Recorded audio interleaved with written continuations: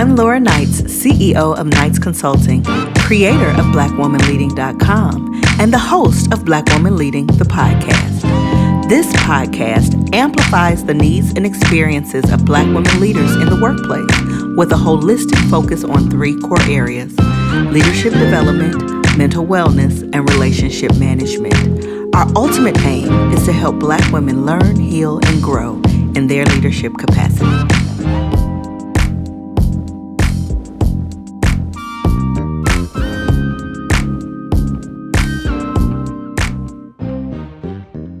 Hey y'all, before we jump into the next podcast, I just want to let you know that enrollment is open for our fall cohort, our early career and our mid-career program. We are now registering for our next cohorts that start the week of August 18th. So you can visit our website to learn more. There's an early career page to learn about that program. There is a mid-career page to learn about that program. We're hosting information sessions so you can learn about the program. We're also having the opportunity for you to sign up for an individual call with a member of our team to ask your questions. However you want to get the information, visit our website at BlackWomanLeading.com. We'd love to work with you in one of our cohort programs that infuse not only strategy for your career development, no matter where you are on your journey, but also some coaching, some support, and most importantly, some community. You do this work growing as a leader, growing in your career development in the community of other Black women. Our registration for our early career and our mid-career programs also include a ticket to the 2026 Black Woman Leading Live Conference and Retreat. So yes, please join us. Visit the website to get all of the details. You can also shoot us an email at info@knightsconsultinggroup.com so we can answer any other questions you have. But we would love to invite you into our community and support you in this leg of your career journey. Again, visit the website at blackwomanleading.com to get all of the details. Okay, so welcome everyone. Today we are talking about demonstrating diplomacy and political savvy with Nakisha Muhammad. Hey Nakisha, welcome to the podcast. Hi Laura, thanks for having me.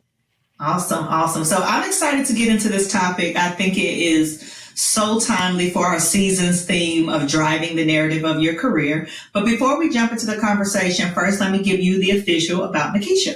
So Nakisha serves as the Chief Technology Officer at One in Health, bringing her cross-industry technology background into healthcare. A serial entrepreneur, Nakisha has founded, operated, and scaled SaaS businesses as well as e-commerce brands. A self-taught developer and technologist, Nakisha has built multiple data management and data visualization companies, managing developer teams and IT infrastructure. Nakisha's philosophy in software engineering is rooted in a methodology that centers on the user experience first, and then building the functionality around the user's needs. So we have a real technical expert in here today, but we're not talking about the technology today. We're talking about engaging with people and all of that. And so how I know Nakisha, I have had the honor to be her executive coach for, what has it been, like going on 2 years, if not 2 years already, going on 2 years. So have really just had the honor to support her as she is, of course, strengthening her own executive presence and leading strategically across her organization. And that has just been a joy. And she was really the inspiration for this episode.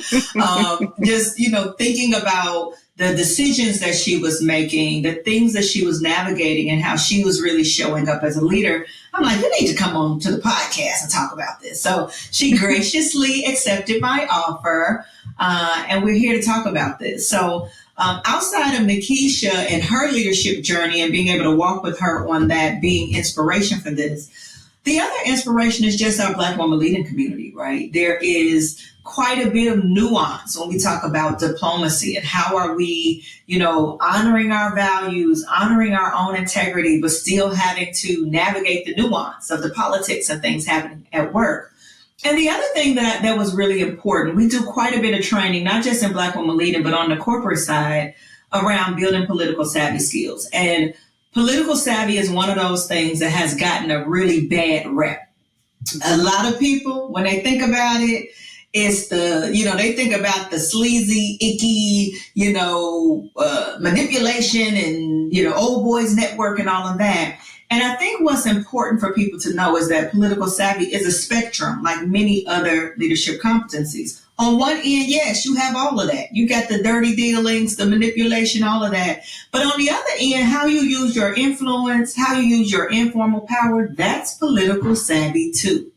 And so we want to shine a light on that because it will be very difficult for you to advance. I don't care what role you're in. It will be very difficult for you to advance if you don't get some skills in this area. Okay, so that's what we're talking about today. And Nakisha's going to help us with some wisdom insights from her leadership journey. All right, so let's jump into it. Nakisha, before we get into the topic, I always ask this question to all of our guests on the podcast. So tell us a bit about what the phrase Black woman leading means to you. And we heard a bit in your bio, but just a bit of your journey as a Black woman leading and how you came to this kind of executive role that you're in now. Cool. It's interesting. I ponder this question a bit, just thinking about what Black woman leading means to me, because my journey has been so different than most Black women in the corporate world. And for me, it just simply means showing up authentically who I am. It's just take all of me or leave it. That's what it means for me. Nothing more, nothing less. Yeah, I love that. And I would love just for people, you talked about that different perspective because you didn't start in just a role and work yourself up to an executive role. You were actually an entrepreneur and then came into a corporate setting. And tell a little bit about that journey and how you navigated that. Yeah, so initially, of course, I worked a few, corporate jobs when I was younger, in my early 20s, Allstate. I spent a couple years there. But ultimately, coming from my background as growing up in Islam, ultimately, we were taught to do for ourselves. And hearing a lot of the horror stories and things, the hoops people had to go through in the corporate world, I didn't want to experience that. So I just began to forge opportunities for myself as a young person. I think I started my first business at about 22-ish. I had kids I needed to feed. I didn't have time to go to college because I needed to feed the kids. And so I just began to forge opportunities for myself. And when I learned about the mortgage industry, I did work for a company as a loan officer. And I was thinking, why am I working for y'all? I can go build this on my own. And I just decided I'm going to do it myself. And it's been me building companies ever since, until I met Dan, who is our CEO of One Health. And he was actually a customer of mine in one of my SaaS companies. And he really thought we were like this super large company, the way that we operated. I think it was probably like 5 of us at the company. And he came to me about his idea for One Health. And we did some partner work behind the scenes, some things he needed. And ultimately, he came back and was like, I don't want to be offensive, but would you be interested in like being our CTO? I know that you are, an entrepreneur. And because I had such a great relationship with him, I was like, yeah, let's give it a shot and see how it goes. And it's been 4 years. It's been amazing. It was scary because I had not had a boss in like 20 years. Yeah. So I was like, I don't want to do this. Like, I don't want to get into a situation, where, like you were saying, the political aspect of being in corporate was not interested, but it's been an amazing ride. Yeah. And you said you didn't have a boss. You were the boss, for 20 years. Right. And then transitioning, still an executive role with considerable amount of leadership and influence, but it's different, right, than running your own company. Yeah. Yeah. Okay. It's different in 2 ways, right? It's different on one hand because you're not calling all the shots. You're not making all the decisions. But that's also the blessing because it is stressful being the one, as you know, at the top, making all of the decisions. So having a partner, quote unquote, to separate and divide responsibilities and stick with your core competencies, it's been amazing. Yeah. So you this is a little bit of a vacation. Yeah. Not quite, but a little bit. Just a little bit. Okay. So let's jump right into this topic about diplomacy, Political savvy. First, I love to, because we can give the technical definitions, of course, but I love to just hear from you. What does being diplomatic or politically savvy mean to you? And as you talked about the trajectory and the different spaces you've been in your career, how have you grown in this area? So what does it mean to you? And as you think about your trajectory, how have you grown in this area? Yeah, so I think, again, perhaps not a typical perspective for most, especially in the business world. But for me, being diplomatic and exercising political savviness really just means to be persuasive. It's like leading people to water, but in a graceful way where ultimately they think is their idea. That you got there. You know what I'm saying? So not strong arming people, but navigating situations as such so that you bring people to the conclusion or to the place ultimately that you need to be based on whatever your business objectives are. Yeah. I don't know if that makes sense. Yeah. And it's interesting. Just yesterday, I was on site at one of our corporate clients and doing a training on influence and personal influence strategies for a group of senior leaders. And we were talking about there's a model called the situational influence model. And it talks about based on different situations, you might need to tweak your influence style, different audiences, different scenarios. And the model simply breaks it down to push strategies and pull strategies. And push strategies is, hey, here's what we need to do. Here's the data that support it. We're going that way. So you're putting upon people the vision, and the pro is that it's assertive. It has some momentum behind it that people can go with it. The con is that, of course, there could be some resistance because they didn't have any input into that, right?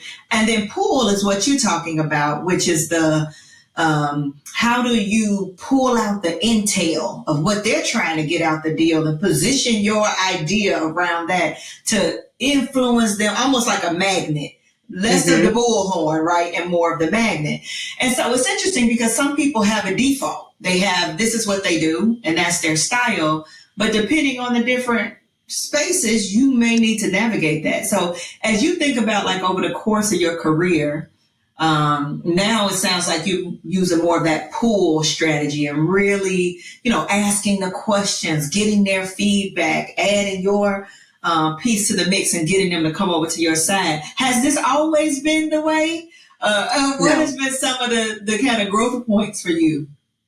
No, I think because when you're not taught how to lead, you think leading is like laying down the hammer, laying down the plan, and you're just giving it to people to execute. Right. It's almost a my way or no way because I'm the boss. I get to dictate that. And I think not only with maturity, but over time, because I am such a result oriented person, when you start to see something's not working, you have to begin to adjust. And what I've found is that's not just in your personal life. I was like that in a previous marriage. Like, I know better. And you find that doesn't necessarily work for when you're in concert with another human being, right? You have to consider the other human being. So it was a huge progression for me, like over the course of years.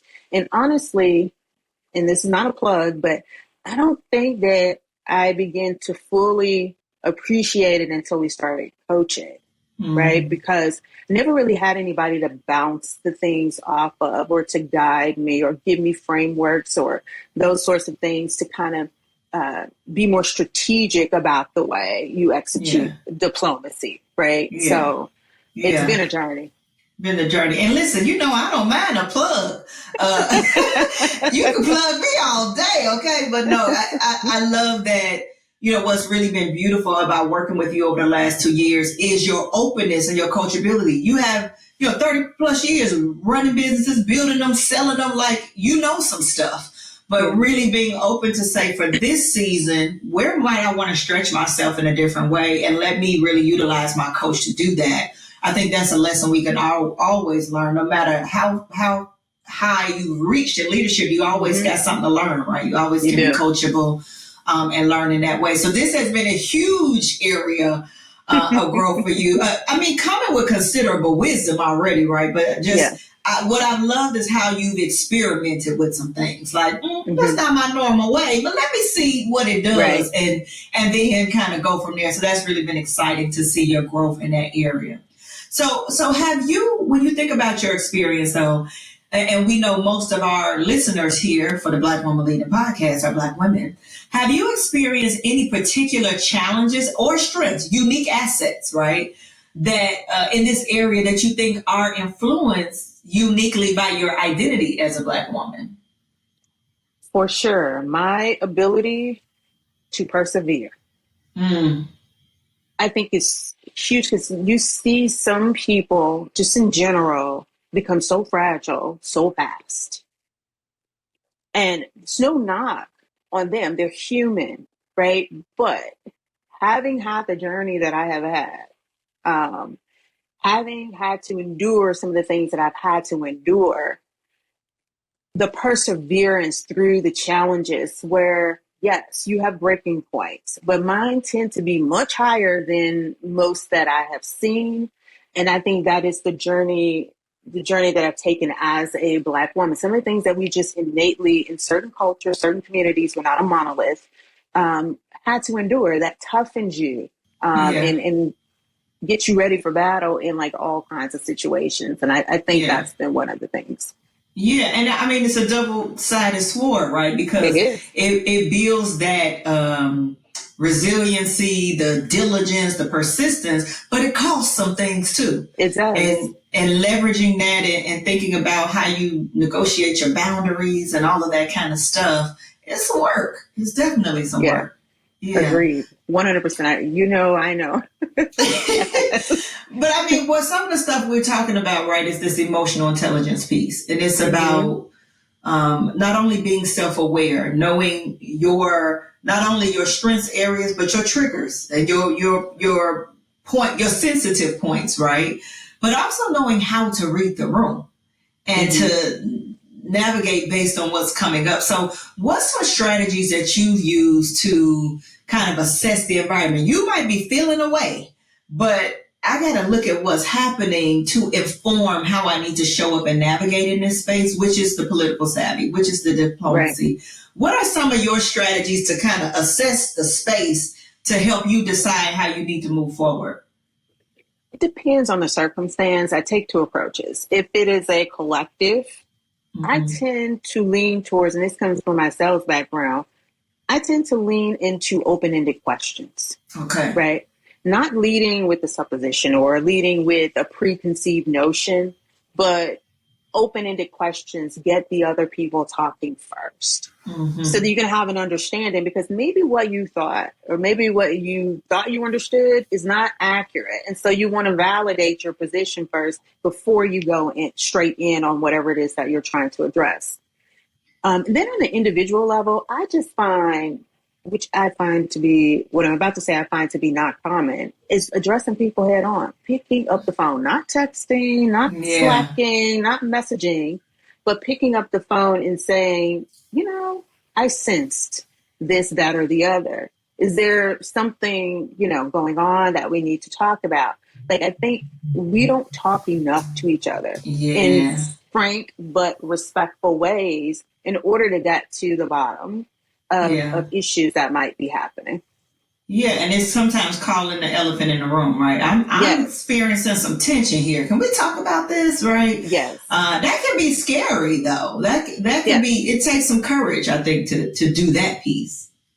For sure, and that is not a piece that I'm accustomed to that in my personal life. That was not a piece that I was comfortable doing at One in Health initially. I think we've talked about this because my fear was I did not want to step into the muddy waters. It was the reason why I was an entrepreneur for so long, because I got to set the tone and the environment of my organization. And I'm just not interested in fighting with folks. Yeah, right? Yeah. I want results. I've been about making my money. I want to make my money, and I don't want to deal with the muddy waters that come with that. But what I learned is that it's part of the process. Don't necessarily, they can be muddy, but they don't have to stay muddy. Yeah. Right? you participate in the process. Like if you go into it and you know that I've experienced some really challenging things that touch me quasi personally, but I had to, if I didn't want to sit in that and be in that, I had to be the positive force, as difficult as it was, to wade my way through it. And that took a whole lot of diplomacy and a whole lot of politicking. but I mean, some people would take you there. They would take you to the limit. So talk a little bit about, because I know that this has been something you've been intentional around too. Talk a little bit about how you manage the emotions or separate the emotions when you have to handle those sensitive situations, because you're still a human being, right? You're still a human being. It's a few ways. I'm not going to let you see me sweat kind of person to a certain degree. And that helps me in the sense that, did I go into my quiet space and deal with myself however I needed to? Of course I did. But at the end of the day, I pride myself in being a consummate professional. And I'm responsible for me. Like people say, well, you made me do it. And I acted that way because you did this to me. But ultimately, it is my choice. Yes. It's up to me to decide. It is not easy. Like I might be saying one thing out my mouth, but in the back of my head, those words are so different. Yes. But that is what is required of me. And if you're keeping the end goal in mind, your action should be aligned with whatever the outcome is that you're seeking. I think that was the most important. Like, what am I trying to get at this? Do I just want to cuss somebody out so I can feel better? Or am I trying to get to remedy on the other side? And if I'm trying to get to remedy, then I have to approach this differently, despite how I feel about it. Yeah, that is so good. And as you're saying, that's something that's resonating with me that you actually said a little bit earlier that I want to go back to, because I think it's a common thing of people, like, I'm not getting involved. I don't want to get involved in that. Like when you were talking about the not getting into the muddy waters. And I think there has to be expansion of that. You said the waters don't have to stay muddy. Can you identify, like, what was the switch or the trigger or the thing where your resistance kind of went down to engaging in that? Was it just a personal realization? Was it a particular situation? Was it a consequence you experienced? Like, what was the thing that said, if I'm going to do this leadership thing right, I'm going to have to step into the water sometime? What helped you to go get over that hump? It was through some of our conversations, the way you probed me, because I didn't consider a lot of things that you were propositioning to me as a result of some of the challenges that I was having, because I am a cut and run girl. I have to do it. I live my life from a perspective of, you're not going to hold me hostage. I don't have to do it. But there comes a time where all you're doing is running. You're just cutting and running. And it was through our conversations, the questions that you were asking that probed my mind to start thinking and challenging myself, because the core of who I am is I care about people. And the real question is, do you care about people when you like them? Or do you care about people even when you don't like them? Like, can you see your way through a situation, even though you're not feeling this person in this moment? Like, or is your caring about people in general and caring about getting to a positive outcome, is that conditional? Is it situational only when it makes you feel good? But see, this is deep, because this is about an integrity and a values question, right? Am I who I say I am? And that's a mirror holding up to myself, right? So if I say I'm this, but I'm cutting and running, wait a minute, there's some misalignment there. And this is what if you've listened to the podcast before, we talk about the heart work and the head work. This is the heart work of leadership, right? I'm going to go and have the difficult conversation. I'm going to call the elephant out the room. But Nakisha, you're talking about dealing with self, and that dealing with self and my identity as a leader, my integrity, my values, and is that being consistent with how I'm showing up in these corporate streets? So whatever kind of streets you're in, that's powerful. And that's when we start to really step over into another level of leadership, I think. Oh, this is good. Oh, this is good. It was good for me when I came to the realization. It was good to me. And then, like you said, with the integrity piece, making sure that I was doing the right thing and not the thing that was going to make me feel better. You know what I'm saying? Yes. About you got me, now I got you back. Like it's petty, it's immature, and it's just not professional. Yeah. And it's not going to get to your point, the desired outcome of what we're trying to, these shared goals we're working on. But then this takes us, so there's that, right, internal work that we're doing in addition to how we're navigating interpersonally. But then there's also the boundaries piece, right? Not just setting them and communicating them with others, but also respecting your own boundaries as well. Yeah. That we're having to navigate while we are navigating the politics, being diplomatic or not, whatever that piece is. This boundaries question is a huge content point in the Black Women Leading programs and the individual work and on this podcast if you've been listening for a while. As you've grown as a leader, what would you say has been your biggest learning curve with respect to boundaries? Has it been setting, protecting your boundaries with others? Has it been honoring your own boundaries or something else? I think it's been both. Honoring my own boundaries and setting boundaries with others. I guess I could have been labeled the yes girl. Yes to everything, right? Because some of us have this overachievement that is just innately ingrained in who you are, the spirit of excellence all the time, which for me meant I'm going to go above and beyond, pedal to the metal 24/7. I'm just not going to stop. Part of that is, having times where only my kids got to eat. I didn't get to eat, didn't have it to eat.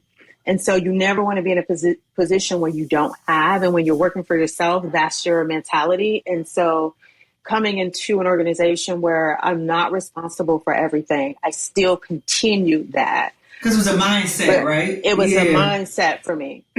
But I had to get to the point where, and I'm still not great at it. It's still a work in progress, where sometimes I have to say, I'm not going to be able to do that. That's beyond my capacity right now. And we need to strategize. Like if this is a necessity, we need to strategize on how we still achieve it, but not in the way that we originally thought it to be, which was huge for me because I just would never say no.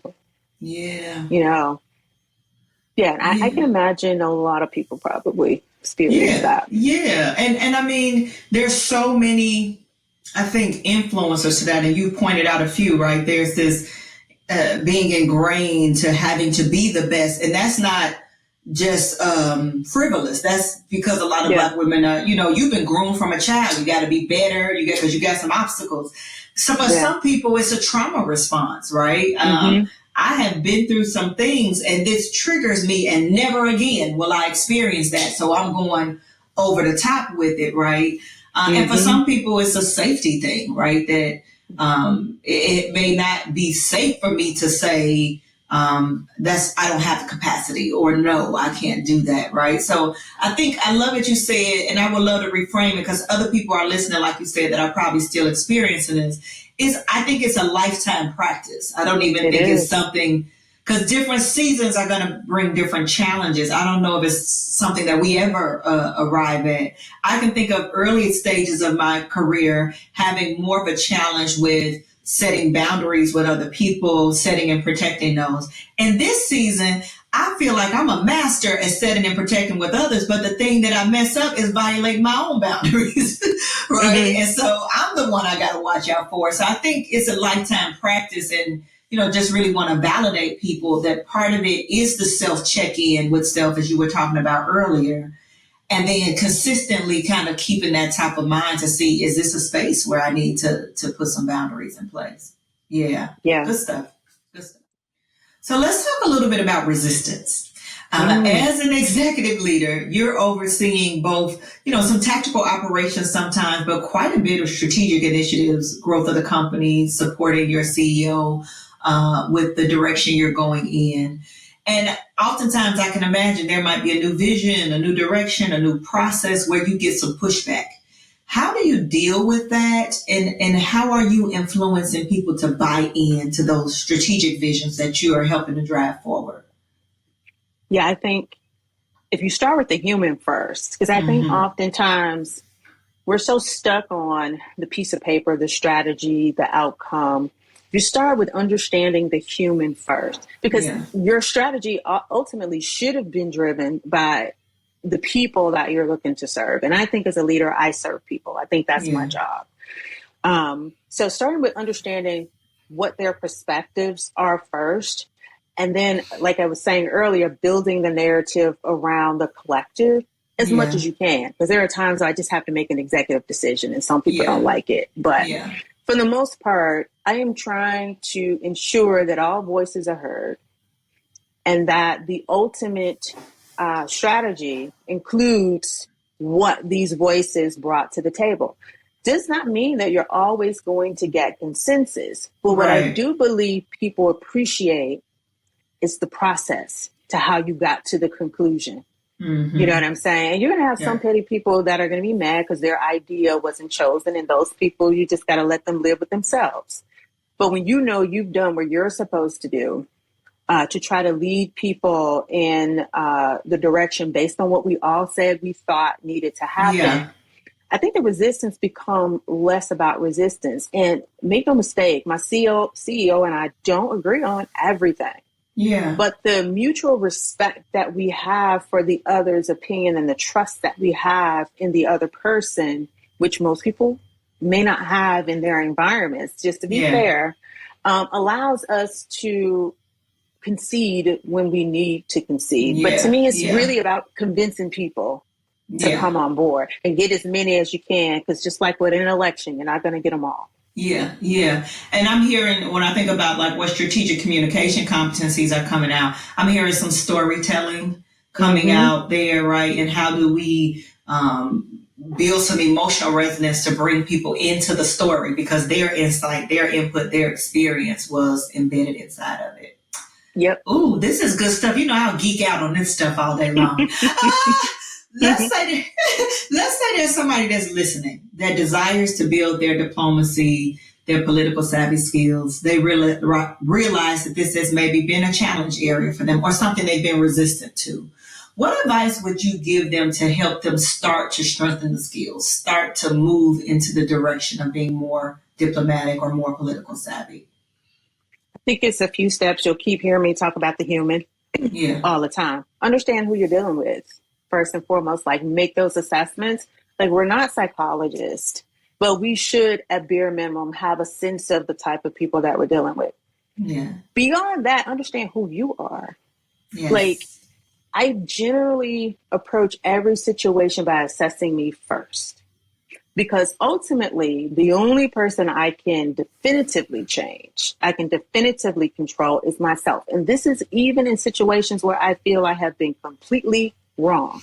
I am still looking at, well, what can I do? Where can I be better? So if you have a good sense of who you are, what you bring to the table, what you can adjust, how you can maneuver, and the people that you're dealing with, you couple that together, I think you put yourself in a better position to execute diplomacy where it doesn't feel fake. Because remember, that was my big thing. I was like, oh, I just want to be who I am. I don't want to feel fake. You can still be true to yourself and couple the other person's perspective, even if you don't agree with it, right? Like you have to at least have an earnest effort to understand it. Yeah. And then understanding yourself, and then work towards a little bit at a time, bridging the gap between the two, making them feel like they're a part of it. You know what the ultimate decision is going to be. Sometimes we do. But you have to lead the people along the way to get their buy-in. Otherwise, you seem like a tyrant. Yeah, that's good. Okay, if you all didn't have your notepad out on that one, just pause, rewind, and write that down, because she just gave you a little masterclass right there. All right, this is so good. There's so much that we could unpack here. I do want to transition and ask you a couple of our season theme questions, but any final thoughts, Nakisha, that you just have on this topic before we shift to the core questions? I think we covered it. Yeah. This is amazing. Awesome. So, okay, we're in our season 7. Our theme is driving the narrative of your career, and what we've been talking about is spot on with that. But when we talk about driving the narrative, we're talking about, setting and pursuing a vision that you have for yourself, advocating for yourself, reaching out for the resources that you need to make this vision come to life. So I would love to use this as just a point of inspiration for people who may be listening. Can you share a professional vision that you had for yourself that you have been able to realize? And what is that vision and what supported you to be able to bring that to life? Oh gosh, that is such a big question. And my answer is probably going to just sound lofty, but we were talking about boundaries earlier. I don't have limits to what I can do, right? My upbringing, the teaching that I was taught says be and it is. And like believing in self, that does not mean you're not insecure. That does not mean that you're not self-conscious because we're humans. We have that, but not limiting yourself, I think, and believing in yourself and knowing that you have the full capability and power to chart your own destiny. Like you don't have to sit in toxic. You really don't. You know what I'm saying? Create a lane for yourself and believe that you can do that. For me, that's probably the thing that I live by. It's like, I can or I can't because I say so at the end of the day. So I'm hearing this is not a one thing. It is a way of living, a mindset way of living that you've been able to apply to different professional experiences. Yeah. And I know that seems so like abstract, but if we all really take a moment and think about it, everything starts with a thought. Yes. Everything that we do is derived from the way that we think. And if we can shift our thinking to be aligned with whatever it is that we're trying to accomplish, one foot in front of the other, before you know it, you're knocking on the door of your destination and you're like, dang, how did I get there? I love it. I love it. One more question for you. So to fully realize our professional, our personal goals, we have to be well. So what does self-care look like for you these days? How are you taking care of yourself in this season, ma'am? Yeah, see, this is where I flunk. That's what everybody say. It's at least one thing you're doing. Yeah. You know what? I'm walking more than I used to. And people laugh at me because I put my watch on and I just do laps around the house. If for nothing else. Like when I get up to stretch after an hour, okay, 10 laps. 15 laps, something. It's better than absolutely nothing. But this is probably my biggest area of opportunity. And part of it is just derived out of the pure passion and love for what I do. Like I have a thought in my head and I'm so quick to want to get back to it. Like I can't lose this thought.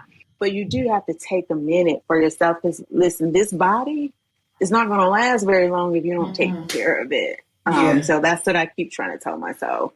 So we are ever evolving in this area. That's what we're going to say. We're going to take a strengths-based perspective. I love it. This has been so good talking to you, Nakisha, and just hearing your wisdom and insights you share with our listeners today. How can people connect with you? I don't know if you're on LinkedIn or a platform they might be able to connect with you outside of the podcast.